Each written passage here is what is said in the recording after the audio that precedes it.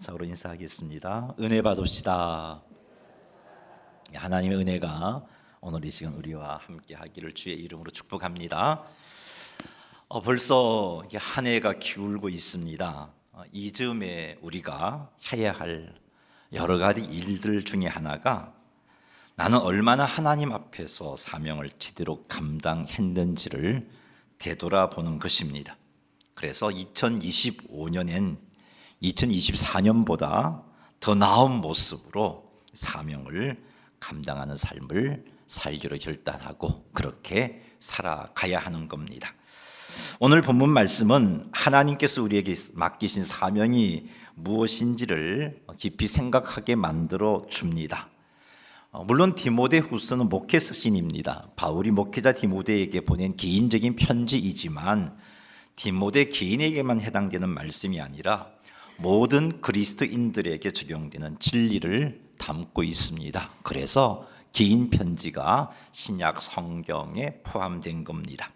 자, 이 말씀을 통해서 하나님 앞에서 나의 사명이 무엇인지를 좀 깨닫게 되고, 그리고 나는 이 사명을 어떻게 감당하고 있는지를 점검해보고, 그래서 주님 부르시는 그날까지 충성되어 헌신하는, 그래서 주님 재림하시는 그날 우리 하나님 앞에 섰을 때 상급받는 우리 모두가 되기를 주의 이름으로 축원합니다.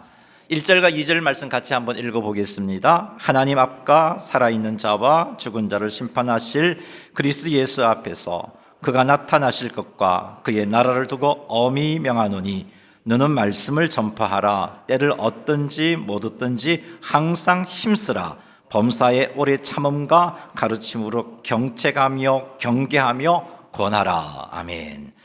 바울이 하나님 앞과 그리고 그리스도 예수 앞에서 장차 심판주로 재림하실 예수님과 하나님 나라를 두고 엄히 명한다라고 말하고 있어요. 무엇을 엄히 명하고 있습니까? 1절 말씀에 의하면 2절 말씀에 의하면 바울이 엄히 명한 명령의 내용은 너는 말씀을 전파하라 입니다. 하나님 앞과 그리스도 앞에서 장차 심판주로 재림하실 예수님과 하나님 나라를 두고 엄히 명한다는 표현에서 이 말씀을 전파하는 것은 단순한 제안이 아니구나 하는 것을 알 수 있습니다. 해도 되고 안 해도 되는 그런 것이 아니구나 하는 것을 알 수 있습니다. 바울이 이렇게 말씀을 전파하라고 엄히 명한 것은 말씀을 전파하지 않으면 그것에 대한 책임을 하나님께서 물으시기 때문입니다. 그래서 바울이 하나님 앞과 살아있는 자와 죽은 자를 심판하실 예수님 앞에서 엄히 명한다 한 것입니다. 말씀을 전파하지 않으면 이렇게 그것에 대한 책임을 하나님께서 물으시는 이유가 무엇이겠습니까? 말씀을 전하는 것은 생명을 살리는 일과 깊은 관계가 있기 때문입니다. 말씀을 통해 죄인들이 자신의 죄를 깨닫고 예수님을 믿게 된다면 생명을 얻습니다. 그러나 말씀을 전하지 않으면 죄인들이 자신의 죄를 깨닫지 못하고 그 죄 가운데 살다가 결국은 죄로 인하여 멸망하기 때문입니다. 이렇듯 말씀을 전파하는 것은 생명을 살리는 일이기 때문에 이 일을 하지 않으면 책임을 하나님께서 물으시는 겁니다.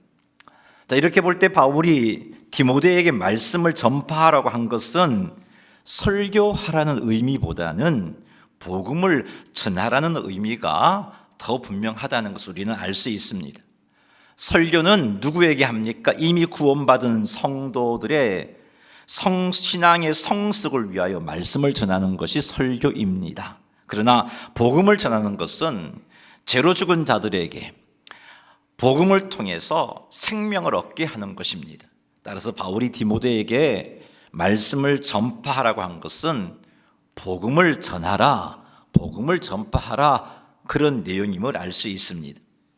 생명을 살리는 사명을 등한히 한 경우 그 사명을 하나님께서 주신 그 사람에게 반드시 책임을 물으십니다.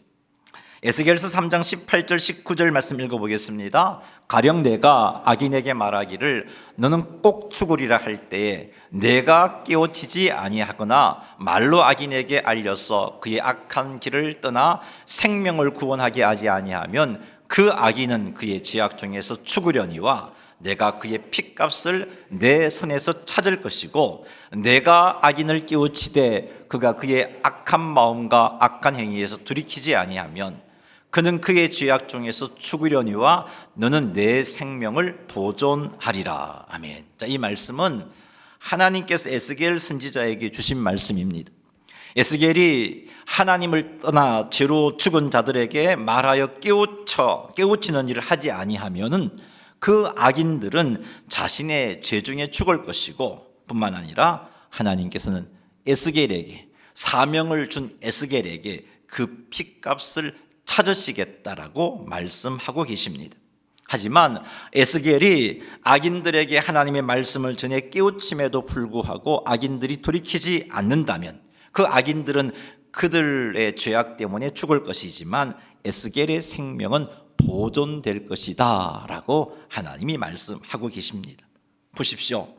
말씀을 전하는 것이 생명을 살리는 사명이기 때문에 에스겔에게 악인들을 깨우치지 않아서 그 악인을 죽게 하면 그 핏값을 찾으시겠다고 하나님께서 말씀하고 있지 않습니까? 하늘과 땅의 권세를 가지신 예수님께서 제자인 우리에게 명령하셨습니다. 그 명령이 무엇이냐 하면 너는 가서 모든 민족을 제자로 삼고 아버지와 아들과 성령의 이름으로 세례를 베풀고 내가 너희에게 분부한 모든 것을 가르쳐 지키게 하라. 이 명령은 예수님께서 11 제자에게만 주신 명령이 아니라 우리들에게도, 예수님의 제자들의 전도를 통해서 제자된 우리들에게도 주신 명령이고 말씀입니다. 따라서 오늘 이 자리에 참여하고 있는 우리 모두에게 주신 예수님의 명령이 이것입니다.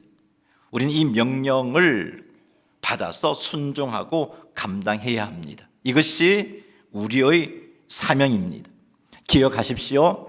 하나님 앞에서 나의 사명, 즉 하나님의 임재와 하나님의 뜻을 의식하며 신실하게 감당해야 할 나의 사명은 복음을 전하는 것입니다. 이 사명은 감당해도 되고 안 해도 되는 그런 것이 아닙니다. 반드시 감당해야 하는 것입니다. 하나님의 말씀은 생명을 살리는 복음을 전하는 사명을 감당하지 않으면 화가 있을 것이라고 말씀하고 있어요. 고린도전서 9장 16절 말씀 같이 한번 읽어보죠. 내가 복음을 전할지라도 자랑할 것이 없음은 내가 부득불할 일임이라 만일 복음을 전하지 아니하면 내게 화가 있을 것이로다. 아멘. 복음을 전하지 않으면 하나님께서 반드시 그 책임을 묻습니다. 그래서 바울은 만일 내가 복음을 전하지 아니하면 내게 화가 있을 것이다 라고 말하고 있는 겁니다. 그래서 바울은 디모데에게 때를 얻든지 못 얻든지 복음 전하는 일을 항상 힘쓰라라고 그렇게 권하고 있습니다. 때를 얻는다는 것은 복음을 전하기에 적합한 기회나 상황이 주어졌다는 뜻입니다. 즉 내가 전도할 대상자의 마음이 열려 있고 또 상황적으로도 복음을 전하는데 어려움이 없는 경우가 때를 얻은 때라고 표현을 합니다. 그리고 때를 못 얻는다는 것은 복음을 전하기에 적합하지 않는 환경이나 상황을 의미합니다. 상대방은 복음에 대해서 마음을 굳게 닫고 있습니다. 내가 전도하려고 하면 들으려고도 하지 않습니다. 거부하고 있습니다. 반대합니다. 또는 복음을 전하는 나도 육체적으로도 참 연약하고 나의 환경도 참 힘들고 어려운 환경입니다. 이런 상황이 바로 때를 얻지 못하는 상황이에요. 만일 때를 얻을 때에만 복음을 전한다면 복음을 듣지 못하고 자신의 죄로 인하여 죽을 자들이 많이 생길 겁니다. 왜냐하면 죄인들의 기본적인 성향이 복음을 거부하는 것이기 때문입니다. 그래서 우리가 복음 들고 나가면 대부분 좋아를 하지 않습니다. 거부합니다. 안 들으려고 해요. 그러니 때를 얻을 때만 복음을 전한다고 한번 생각해 보세요. 그럼 복음 듣지 못하는 자가 많이 생길 것이고, 그래서 그들은 복음을 듣지 못함으로 인하여 여전히 죄 가운데 살다가 죽게 될 것입니다. 자, 이렇게 된다면 지금까지 살펴본 말씀에 의하면 하나님께서 그 핏값을 나에게 찾으시겠죠. 그러므로 우리는 때를 핑계 대어서는 안 됩니다. 매 순간이 복음 전할 때입니다. 그리고 알아야 할 것은 시간이 갈수록 복음 전하기가 더 힘들어진다는 거예요. 내일이면은 1년 뒤에는 5년 뒤에는 복음을 전할 수 있는 환경이 더 좋아질 것인가? 아니란 말이에요. 더 어려워져요. 디모데후서 4장 3절 4절 한번 읽어보겠습니다. 때가 이르리니 사람이 바른 교훈을 받지 아니하며 귀가 가려워서 자기 사욕을 따를 스승을 많이 두고 또 길을 진리에서 돌이켜 허탄한 이야기를 따르리라. 아멘. 자, 여기서 바른 교훈은 복음을 의미합니다. 생명을 살리는 하나님의 말씀을 의미합니다. 그런데 앞으로 어떻게 된다고요? 사람들이 바른 교훈을 받지 않는 때가 이른다라고 말씀하고 있습니다. 오히려 사람들은 허탄한 이야기를 따르는 때가 온다는 거예요. 허탄한 이야기란 하나님의 진리에서 벗어난 잘못된 교훈을 이야기합니다. 벌써 우리는 이런 시대에 살고 있잖아요. 여러분, 복음의 진리, 하나님 말씀의 진리를 시대착오적인 생각이라고 많이들 생각하고 있어요. 그 단적인 예가 무엇인가요? 동성애가 죄라는 말에 대해서 시대착오적인 생각을 하고 있다라고, 그 말씀은 이 시대에 맞지 않는 거라고 그렇게 말하고 있단 말이에요. 벌써 그런 시대가 됩니다. 앞으로 더하면 더했지 덜하지 않습니다. 점점 바른 교훈을 받지 않는 시대가 될 것입니다. 그러므로 전도하기 좋을 때만 기다리고 있다가는 전도 못합니다. 나에게서 복음을 들어야 할 사람들이 복음을 듣지 못하고 어려움을 당하게 되는 경우들이 더 많이 생길 것입니다.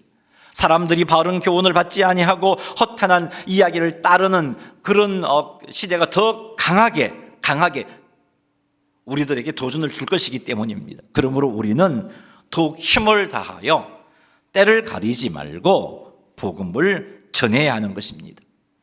때를 핑계대지 말아야 할 또 한 가지 이유는 복음을 들어야 할 그 사람이 내가 복음을 전해줄 때까지 기다려주지 않는다는 겁니다. 사람의 생명은 우리 장담하지 못하잖아요. 우리의 생명이 어떻게 될지 우리는 아무도 장담할 수 없습니다. 언제 어떻게 될런지 알 수 없어요. 오늘 건강하다 할지라도 내일 어떻게 될지 알 수 없는 것이 우리의 생명입니다. 오늘 건강했는데 엄청난 사고로 말미암아 내일 보지 못하는 그런 사람도 우리 주변에 생기고 있지 않습니까? 그래서 때를 기다리고 있으면 안 되는 거예요. 사랑하는 성도 여러분, 복음을 전파하는 것이 하나님 앞에서 우리가 부여받은 사명이라는 것을 명심하십시오. 하나님의 임재를 경험하면서 감당해야 할 사명, 하나님의 임재하심을 의지하면서 감당해야 할 사명이 복음 전하는 겁니다. 이 사명을 감당하지 않으면 그 책임을 하나님께서 물으신다는 것도 명심하십시오. 그리고 우리 주변 사람들에게 때를 어떤지 못 어떤지 항상 복음 전하기를 힘쓰시는 우리 모두가 되기를 주의 이름으로 축원합니다. 그럼 어떻게 복음을 전해야 할까? 디모데후서 4장 2절 다시 한번 읽어보겠습니다. 너는 말씀을 전파하라. 때를 어떤지 못 어떤지 항상 힘쓰라. 범사에 오래 참음과 가르침으로 경책하며 경계하며 권하라. 아멘. 자, 복음을 전할 때 우리가 해야 할 일을 디모데후서 4장 2절이 언급해주고 있는데, 첫째는 경책하는 것, 두 번째는 경계하는 것, 세 번째는 권하는 겁니다. 경책하다는 헬라어는 엘렌코라는 단어를 쓰고 있는데, 이것은 어떤 말이냐면 하나님의 말씀으로 죄인인 것을 깨닫게 해주는 것. 깨닫게 해줘. 아, 내가 죄인이구나. 복음을 전할 때 가장 먼저 해야 될 일이 이거예요. 그래서 나의 전도 대상자들에게 하나님 말씀을 가지고 죄인인 것을 깨닫게 해줘야 돼요. 경책하다는 의미입니다. 깨닫게 해줘야 돼요. 두 번째, 경계하다는 것은 죄인에게 주어진 하나님의 심판을 알게 함으로 죄에서 돌이켜 하나님에게로 돌아갈 수 있도록 경고하는 것이 경계하다는 의미입니다. 세 번째, 권고하다는 것은 죄를 회개하고 예수님을 믿고 영접할 수 있도록 권면하는 겁니다. 복음 전할 때 우리가 해야 할 행동, 이 세 가지: 죄를 깨닫게 하고, 그리고 심판을 경고하고, 세 번째, 예수님을 믿도록 권면하는 겁니다. 이게 복음을 전하는 방법입니다. 죄를 깨닫게 하고 심판을 경고하고 예수님을 믿도록 권면하는 일을 할 때 필요한 게 있어요. 그것이 무엇이냐 하면 오래 참음과 가르침입니다. 오래 참음과 가르침으로, 이 원어 성경을 보면 그렇게 되어 있어요. 오래 참음과 가르침으로 죄를 깨닫게 하고 심판을 경고하고 복음을, 예수님을 믿도록 권고하라, 이렇게 되어 있어요. 그래서 이 죄를 깨닫게 하고 심판을 경고하고 예수님을 믿도록 권면할 때 필요한 자세가, 첫 번째는 오래 참음, 인내입니다. 여러분, 우리가 복음을 전해도 미지근한 반응을 보이는 사람들이 많잖아요. 아니, 어떤 사람은 아주 강하게 거부하잖아요. 이게 보편적인 반응입니다. 그러므로 우리가 가져야 할 자세는 오래 참음, 인내함으로 이들에게 계속해서 복음을 전해야 되는 거예요. 죄를 깨닫게 하고 심판을 경고하고 예수님을 믿도록 권면해야 되는 겁니다. 계속해서 그 영혼을 위해 기도하면서 성령 하나님 인도하심을 구하면서 그 인도하심을 따라서 죄를 깨닫게 하고 심판을 경고하고 예수님 믿도록 권면하는 일을 계속 해야 하는 겁니다. 그리고 죄를 깨닫게 하고 심판을 경고하고 예수님을 믿도록 권면할 때 무엇으로? 가르침으로 하라고 말하고 있습니다. 가르침으로 한다는 것은 그냥 단순히 한다는 의미가 아니에요. 물론 선포도 해야 하지만 그것만으로 안 돼요.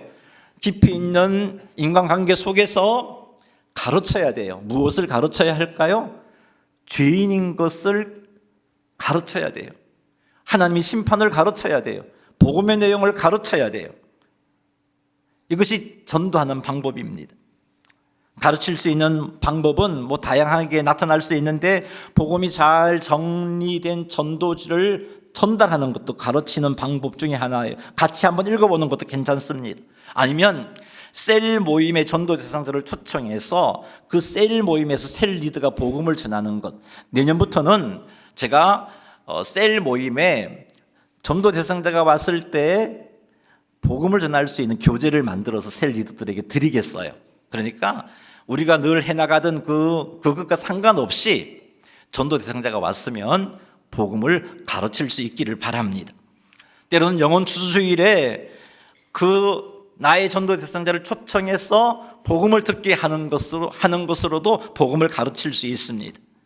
복음을 전할 수 있도록 잘 준비하여 하나님의 인도를 구하며 복음을 전하는 것, 그것이 가르침인 겁니다.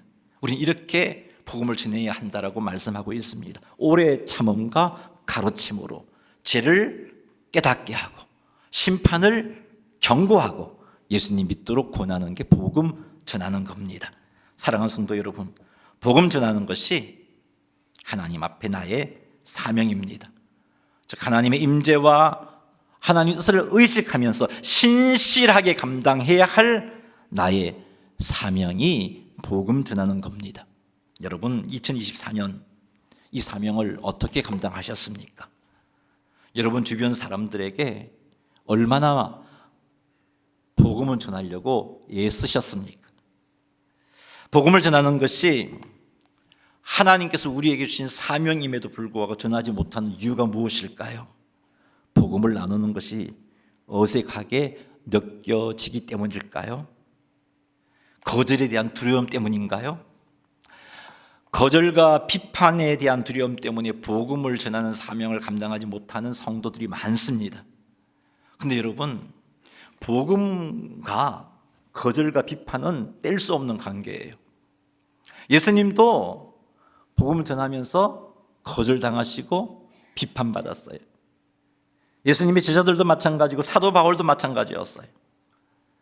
복음을 전하면 거부당하고 거절당하고 비판당하는 게 당연한 일입니다. 복음을 전했을 때 일어날 이런 당연한 결과에 대해서 내가 감당하지 못하면 어떻게 하나, 너무 부담스러운데, 이런 생각이 들면 하나님께 맡기십시오. 거절과 비판당하는 것 하나님 견딜 수 있게 해달라고 주의 도우심을 구하면서 하나님의 도우심을 구하면서 전하십시오. 그리고 복음 전하다가 거절당하고 비판당하고 핍박당하면 하나님께서 기억하시고 상이 있다고 말씀하고 기뻐하라고 말씀하고 계시잖아요. 복음 전함에 대한 두려움이 생길 때 기도하며 성령님의 능력을 구하십시다. 그렇게 하셔서 거절과 비판에 대한 두려움을 떨쳐내고 복음을 전하는 사명 감당하시기를 주님의 이름으로 축복합니다. 또 복음을 전하지 못한 또 다른 이유는 너무 바빠서, 바쁘다는 핑계 때문에 복음 전할 생각을 하지 못하는 경우도 있어요. 2024년도 그렇게 살진 않았습니까? 성경을 모른다는 핑계로 복음 전할 시도조차 하지 않고 그렇게 2024년 한 해를 보내지는 않았습니까? 여러분, 하나님 앞에서 나의 사명, 복음 전하는 일 하지 않으면 하나님께서 그 책임을 물으신다고 하셨어요. 그러니 복음 전하는 것이 부담된다고 외면하지 마십시오. 생명을 살리는 일입니다. 거절과 비판에 대한 두려움 때문에 이 사명에 게으름 피우지 마십시오. 바쁘다는 핑계로 사명을 외면하지 마십시오. 안 된다는 이유로 포기하지 마십시오. 복음을 전할 수 있는 성경 지식이 없다는 이유로 사명을 내려놓지 마십시오. 사랑하는 성도 여러분, 복음을 전하는 것에 대한 부담감이나 두려움이 있다면 그 이유를 하나님 앞에 솔직하게 고백하십시오. 하나님, 나 이것 때문에, 이런 이유 때문에 부담이 되고 두렵고 그래서 못 전해요. 하나님 앞에 솔직해지십시오. 그리고 이 솔직하게 고백하면서 이거 극복할 수 있게 도와달라고. 그런 몸부림도 없이 그냥 주저앉아 있으면 안 되잖아요. 너무 하나님 앞에 사명받은 자로서 나태한 사명자로 살아가고 있는 모습이잖아요. 내가 복음 전하지 못하는 그 복음 전함에 대한 부담감, 그 두려움이 있는 그 나의 이유, 나는 알잖아. 솔직하게 내가 내 모습 돌아보면 그 이유를 알 수 있어. 그 이유를 가지고 하나님께 말씀드리고 하나님의 도움을 구하십시오. 그리고 주변 사람에게 처음부터 거창하게 복음 전할 계획은 세우지 말고 그것 안 돼요. 관심과 사랑의 섬김부터 시작하시기 바랍니다. 이번 주에 내 주변 사람에게 복음을 전하기 위한 작은 섬김 한번 결단해 보십시오. 내 주변 사람에게 내가 저 사람에게 복음 전해야 되는데 복음 전하려면 어떻게 해야 된다고요? 오래 참음과 가르침으로 전해야 된대요. 그러면 관계가 맺어져야 되잖아요. 이 일을 위해서 사랑의 섬김을 한번 결단해 보시기 바랍니다. 전도 대상자를 정하여 기도하는 일부터 시작하십시오. 설립 60주년 안에 2명의 영혼을 정착시키는 비전을 우리가 품고 기도하고 있는데 이것 이루려면요 있어야죠. 내 마음에 누가요? 전도 대상자가 있어야죠. 기도하는 대상자가 있어야죠. 그리고 이 사람에게 복음 전하기 위해서 하나님의 도움을 구하고 내게 있는 이 부담감, 두려움들을 극복할 수 있도록 도움을 청하면서 해야죠. 성경 지식이 없으면 못 전하겠다고요? 그럼 열심히 성경을 읽어야지요. 안 되면 셀 모임이라도 이끌어내든지 아니면 셀 리더와 함께 만나든지 뭔가를 해보셔야죠. 하나님의 말씀을 읽고 묵상하고 성령님의 도우심을 구하며 용기 달라고 기도하는 우리의 헌신도 있어야지요. 결과는 하나님께 맡기고 복음을 전하는 사명을 힘써 감당하시는 우리 모두가 되기를 주의 이름으로 축원합니다. 디모데후서 4장 3절에서 5절 석절 말씀 같이 한번 읽어보겠습니다. 시작. 때가 이르리니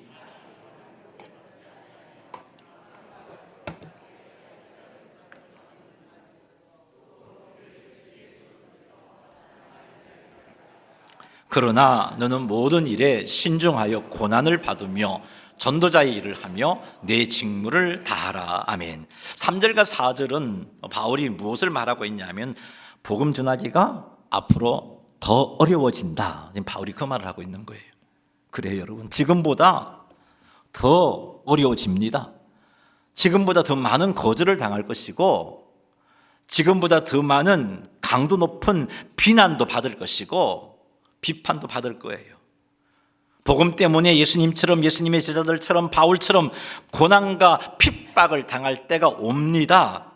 그렇다고 복음 전해야 할 우리의 사명을 포기해서는 안 된다는 거죠. 그래서 바울이 5절에서 이렇게 말하고 있어요. 5절에서 바울은 첫째로 모든 일에 신중해라 라고 그렇게 도전해 주고 있습니다.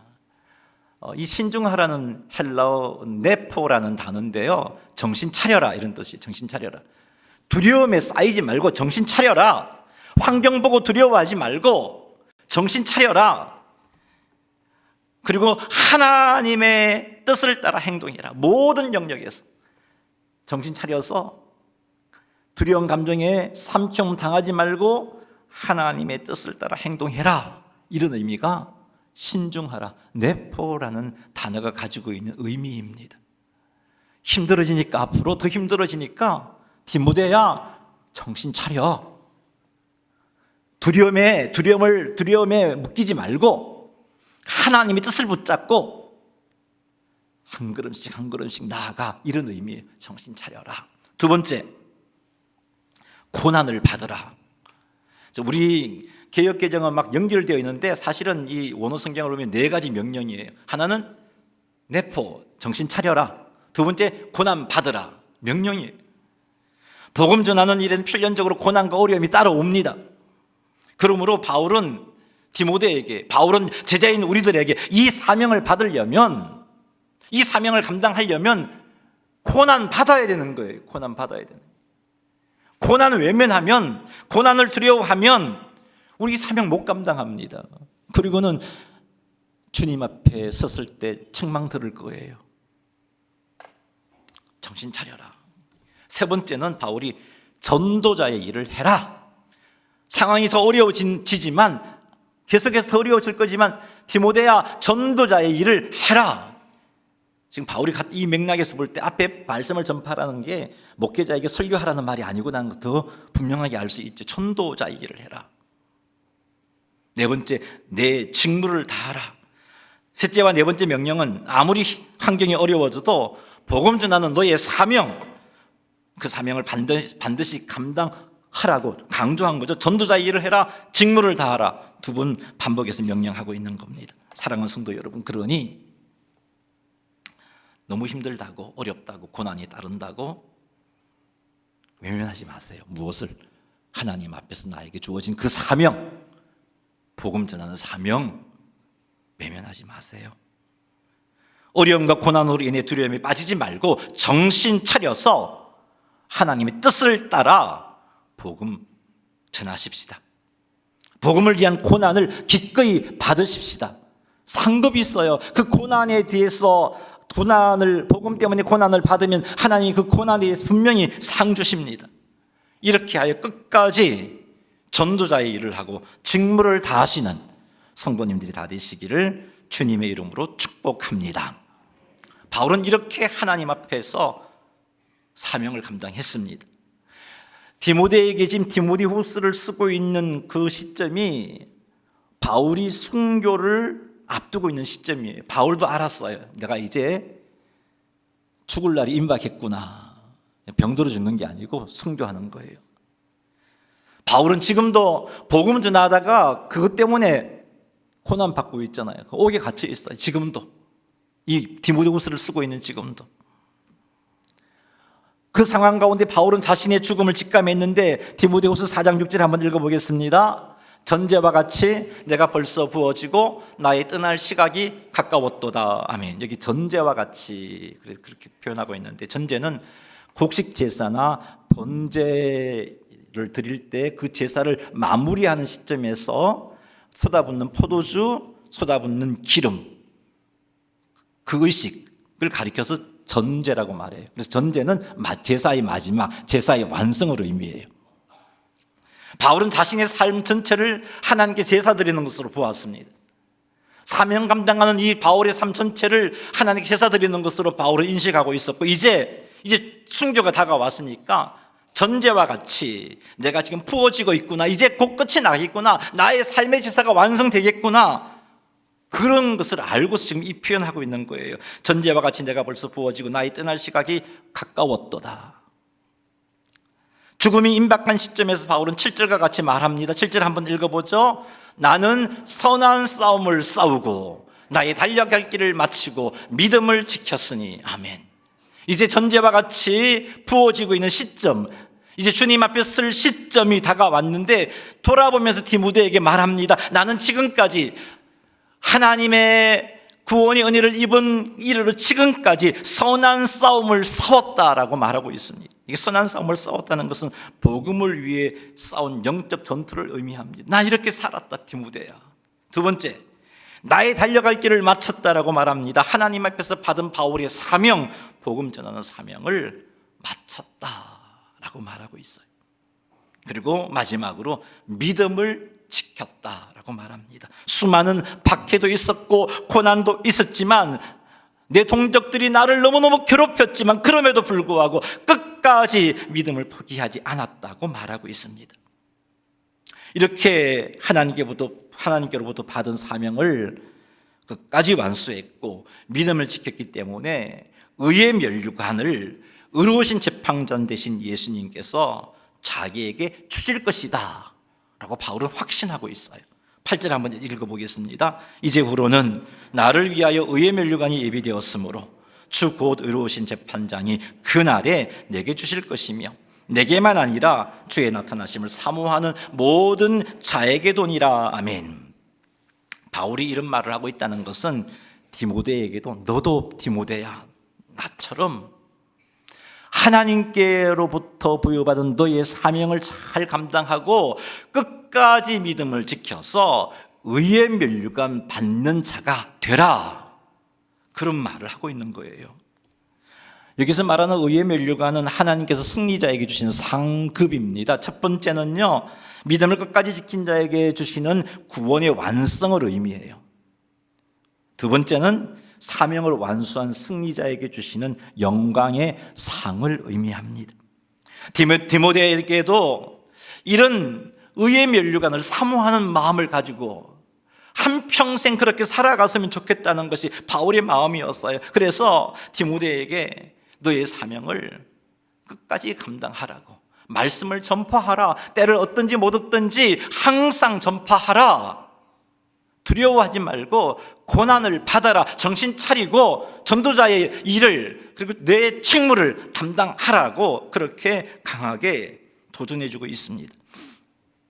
힘들고 어려워도 끝까지 믿음을 지키라는 거죠. 이 일을 위해서 정신을 차리고 고난을 달게 받으라는 겁니다. 사랑하는 성도 여러분, 하나님 앞에서 우리의 사명, 저 복음을 전하는 것 결코 외면하지 맙시다. 감당하지 않으면 화가 있다는 거 명심하십시오.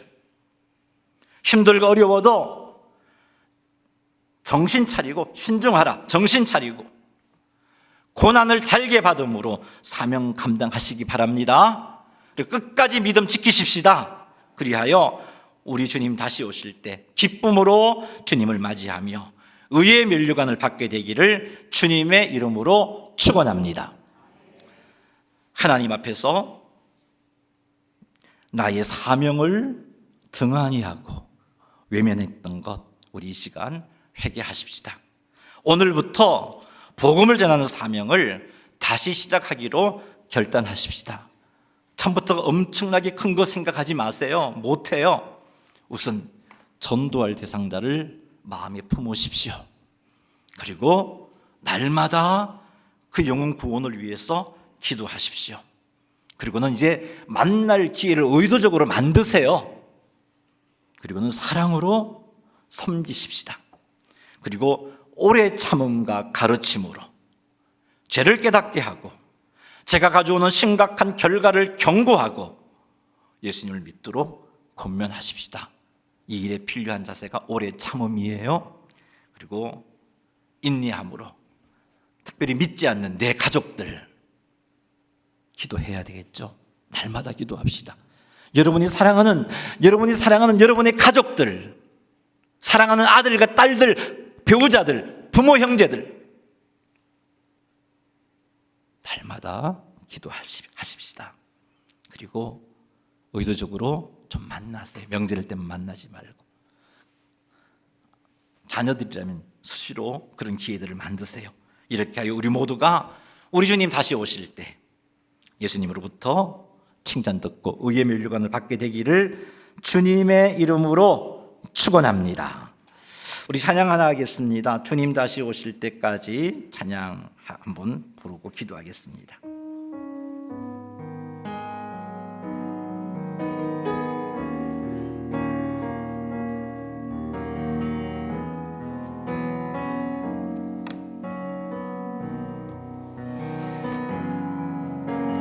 주님 다시 오실 때까지